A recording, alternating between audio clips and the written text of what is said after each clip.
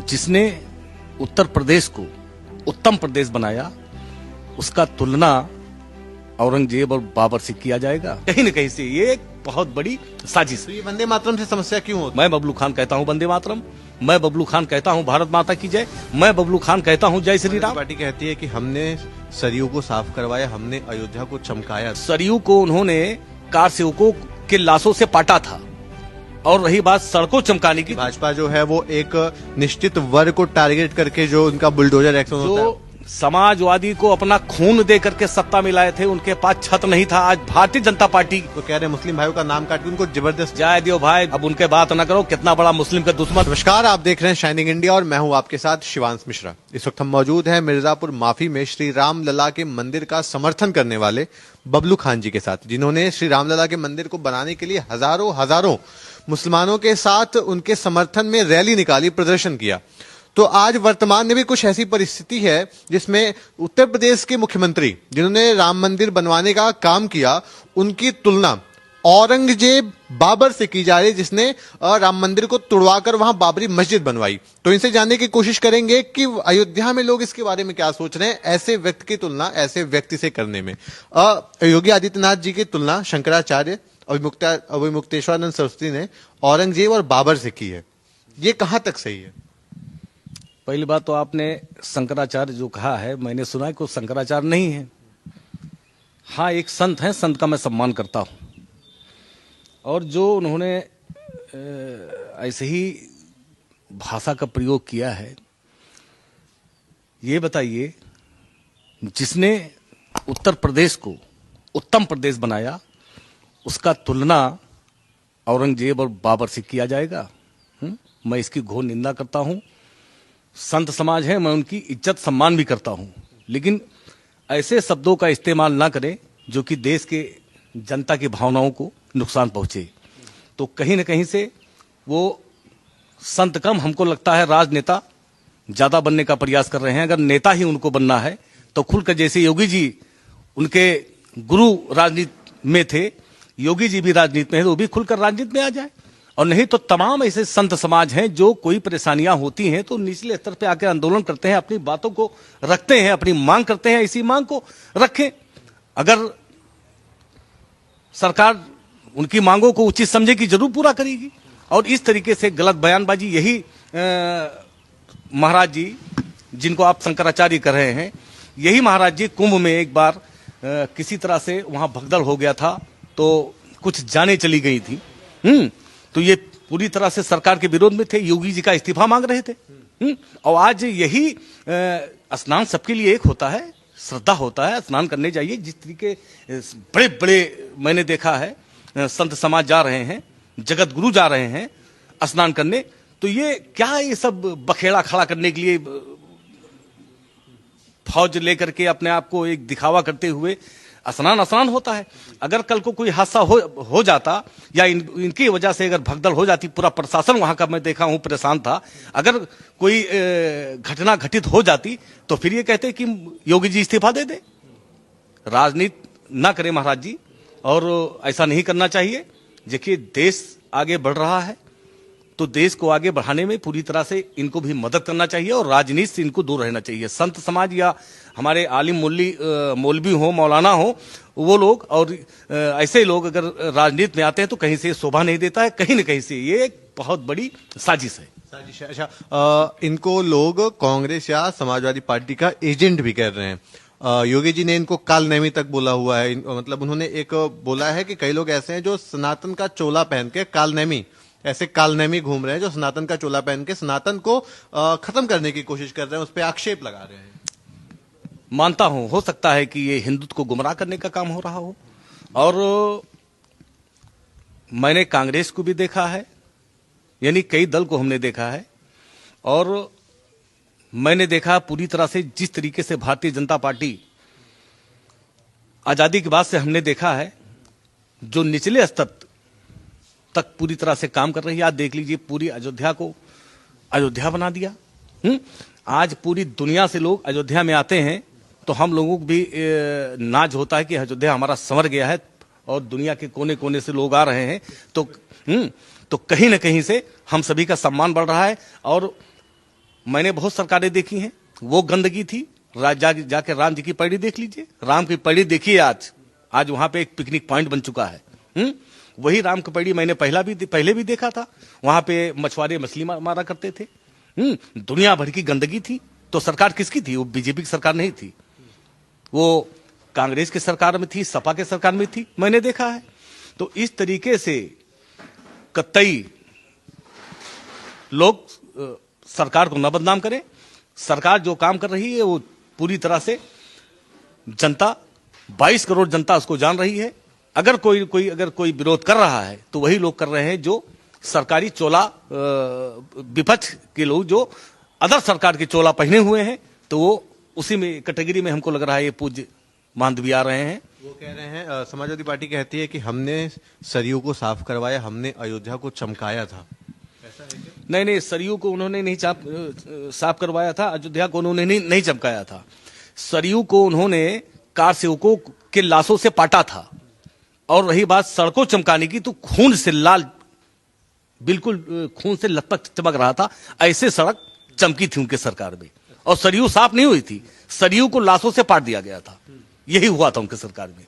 क्या परिवर्तन नजर आता है? योगी जी की सरकार को 8 से 9 साल हो चुके हैं। क्या परिवर्तन नजर आता है? पहले चूंकि आपने अखिलेश यादव की सरकार भी देखा होगा, कांग्रेस का सरकार भी देखा होगा, तो क्या परिवर्तन है योगी जी में और उन लोगों में?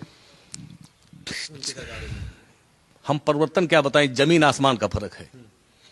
योगी जी की सरकार में जो विकास हो रहा है, उनके सरकारों में 5 वर्षों में हजारों दंगे हमने देखे थे, विकास हमने नहीं देखा है। और जब से योगी जी की सरकार उत्तर प्रदेश में चल रही है और देश में माननीय प्रधानमंत्री हमारे नरेंद्र मोदी जी के द्वारा उत्तर प्रदेश में भी सरकार चल रहा है, तो जमीन आसमान का फर्क है। अब ये विकास की गंगा बह रही है और उनके सरकारों में विनाश की गंगा बह रही थी। अब क्या पूछना है?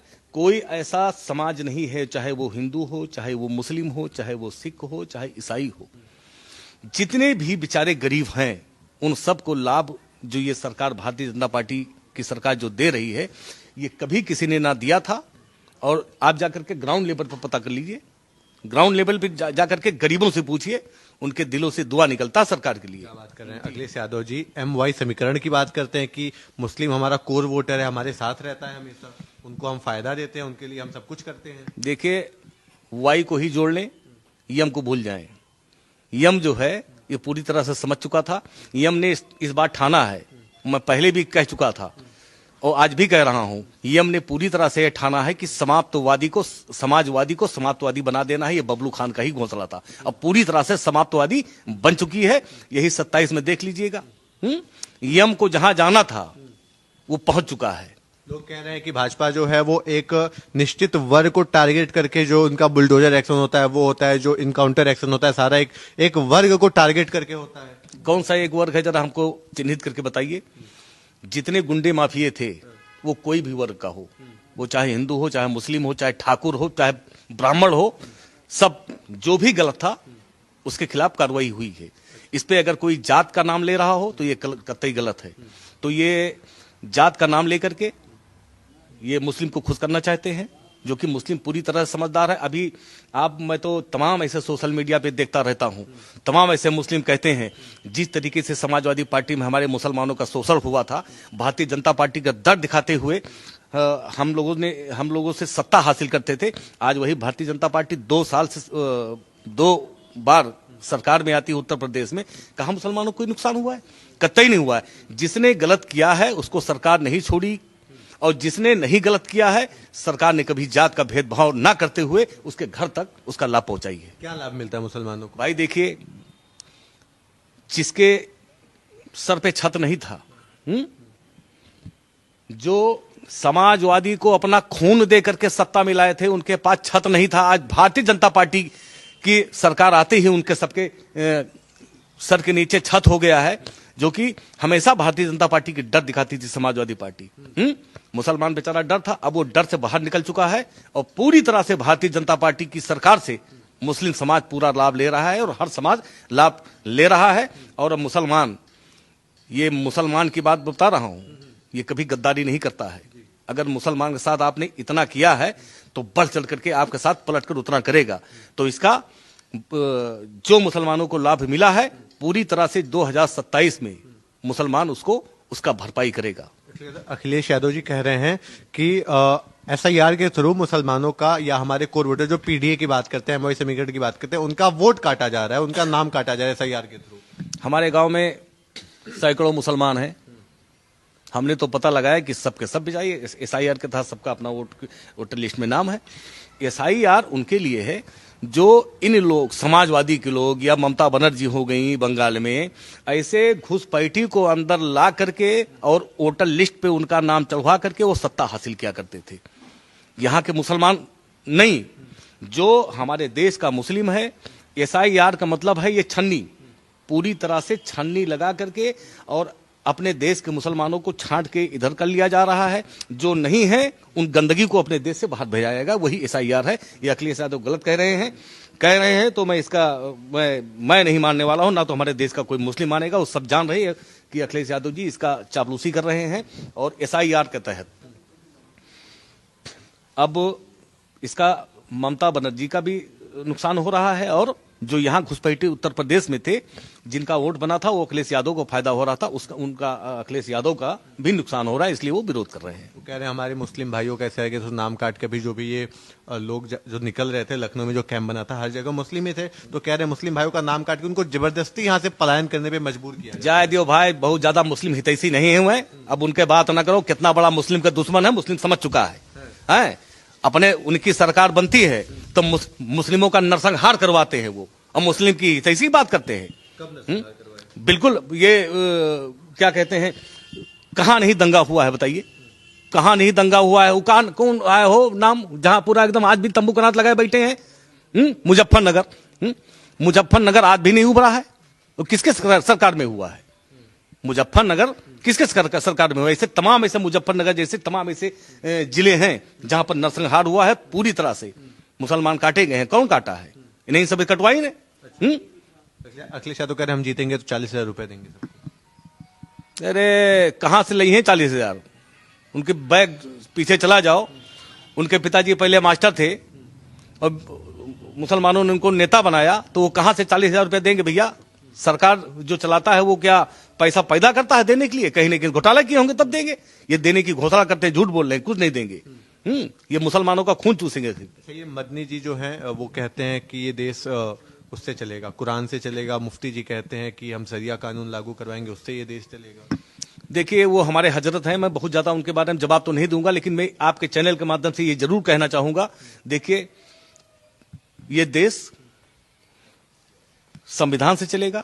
ये देश जो यहाँ का शिक्षा है, जिससे लोग नौकरी करते हैं, उससे चलता है। और रही बात कुरान हदीस, तो ये ठीक है, हमारे इस्लाम में कुरान पढ़ा जाता है, हम सबको सब पढ़ें कुरान, लेकिन कुरान से किसी को नौकरी नहीं मिलेगा। तो ये देश संविधान से चलेगा। अच्छा, वंदे मातरम को लेके भी डिबेट हुआ था, यूपी असेंबली में भी हुआ था और लोकसभा और राज्यसभा में भी हुआ था। तो उसमें कई लोग उसके विरोध में आए, कई मुस्लिम नेता भी आए कि हम वंदे मातरम को अनिवार्य नहीं होने देंगे, हम वंदे मातरम नहीं बोलेंगे, ये हमारे लिए गलत है। ये उन्होंने बोला कि हमारे कौम में ये हराम टाइप में, ऐसा बोला था उन लोगों ने। ऐसे नहीं, कहीं कुरान हदीस में लिखा है क्या वंदे मातरम हराम है? गलत है, गलत नहीं। तो ये वंदे मातरम से समस्या क्यों होती है, क्यों हो रही है लोगों को वंदे मातरम बोलने? ये राजनीति है, ये एक राजनीति है जो जिनको इन लोग वोट देते हैं, और जो ऐसा बोलने वाले हैं वो कोई जनता नहीं बोल रही है, वो विपक्षी दल के कोई ना कोई कार्यकर्ता बोल रहा है कि हम वंदे मातरम नहीं बोलेंगे। और मैं कहना चाहता हूं, वंदे मातरम से क्या दिक्कत है आपको? मैं बबलू खान कहता हूं वंदे मातरम, मैं बबलू खान कहता हूं भारत माता की जय, मैं बबलू खान कहता हूं जय श्री राम। क्या इसमें आपत्ति है? जब मैं कहता हूं वंदे मातरम बोलने से और भारत माता की जय बोलने से और जय श्री राम बोलने से हम हराम नहीं कहे जाते हैं। इससे बोलने से अगर पूरे देश में एकता फैलता है, मोहब्बत का पैगाम जाता है, इसमें बोलने में क्या हर्जा है? तो मोहब्बत का पैगाम दीजिए ना। अगर हिंदू भाई हमारा चाह रहा है कि भारत माता की जय बोलिए, वंदे मातरम बोलिए, हम कहेंगे नहीं बोलेंगे, तो कहीं ना कहीं उसके दिल में नफरत रहेगा कि ये भारत माता को मानते ही नहीं है। तो अगर वो कहेंगे भारत माता की जय, तो आप 2 बार बोलिए भारत माता की जय। वो कहेंगे वंदे मातरम, तो आप 10 बार कहिए वंदे मातरम। देखिए एकता का कैसे माहौल बनता है, कैसे मुट्ठी बनती है। कहते हैं कि हम बंदगी सिर्फ अल्लाह की कर सकते हैं, हम उनसे ऊपर किसी को, हम संविधान को भी नहीं मानते हैं, हम भारत माता की जय भी नहीं बोलेंगे, भारत माता की जय में भारत का हम बंदगी करेंगे और हम बंदगी सिर्फ अल्लाह की कर सकते हैं और किसी की नहीं। देखिए, हम बंदगी के अल्लाह का करते हैं, करेंगे, लेकिन मैं अपने हिंदू समाज के देवी देवताओं को मैं ठुकरा भी नहीं सकता हूं, उनका भी सम्मान करूंगा। ठीक है ना। मैं अल्लाह को मानता हूं तो प्रभु श्री राम को भी मानता हूं। मैं अल्लाह को मानता हूं, खुदा का मैं इबादत करता हूं। खुदा हमारा है, हम इस्लाम धर्म में पैदा हुए हैं।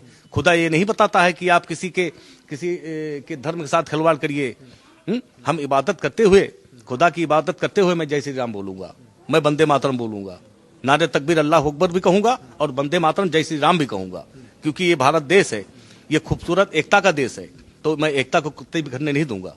एकता में अनेकता कहा जाता है भारत को, लेकिन उसमें भी कुछ लोग आ जाते हैं जो राजनीतिक तुष्टीकरण के तहत ऐसे भेदभाव फैलाते हैं। वो अपने अंदर सुधार लाएं, वरना इन्हीं की वजह से भारत दलदल में चला जाएगा। आज भारतीय जनता पार्टी पूरी तरह से भारत को संवारने में लगी है और ये पूरी तरह से भारत को बिगाड़ने में लगे हुए हैं।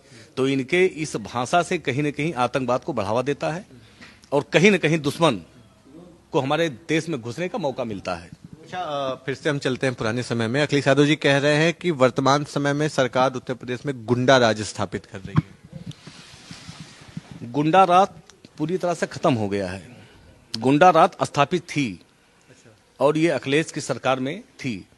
भारतीय जनता पार्टी की सरकार बनते ही गुंडों को सफाया हो गया है, पूरी तरह से झाड़ू लगा के सफाया हो गया है। अब गुंडा राज नहीं है, अब एकता राज चल रहा है, मोहब्बत का राज चल रहा है, शांति का राज चल रहा है। बहन बेटी हमारी रात में 12-1 बजे भी निकल सकती है, कोई माई गलाल हिम्मत नहीं है कि उसकी तरफ आंख उठाकर देख ले। ये है भारतीय जनता पार्टी की सरकार। इनके सरकार में दिन में 12 बजे कोई बहन बेटी नहीं निकल सकती थी। उसके ऊपर हमला होता था, उसके इज्जत पे हमला होता था, उसके इज्जत पे डकैती होती थी। यही होती थी समाजवादी पार्टी की सरकार में।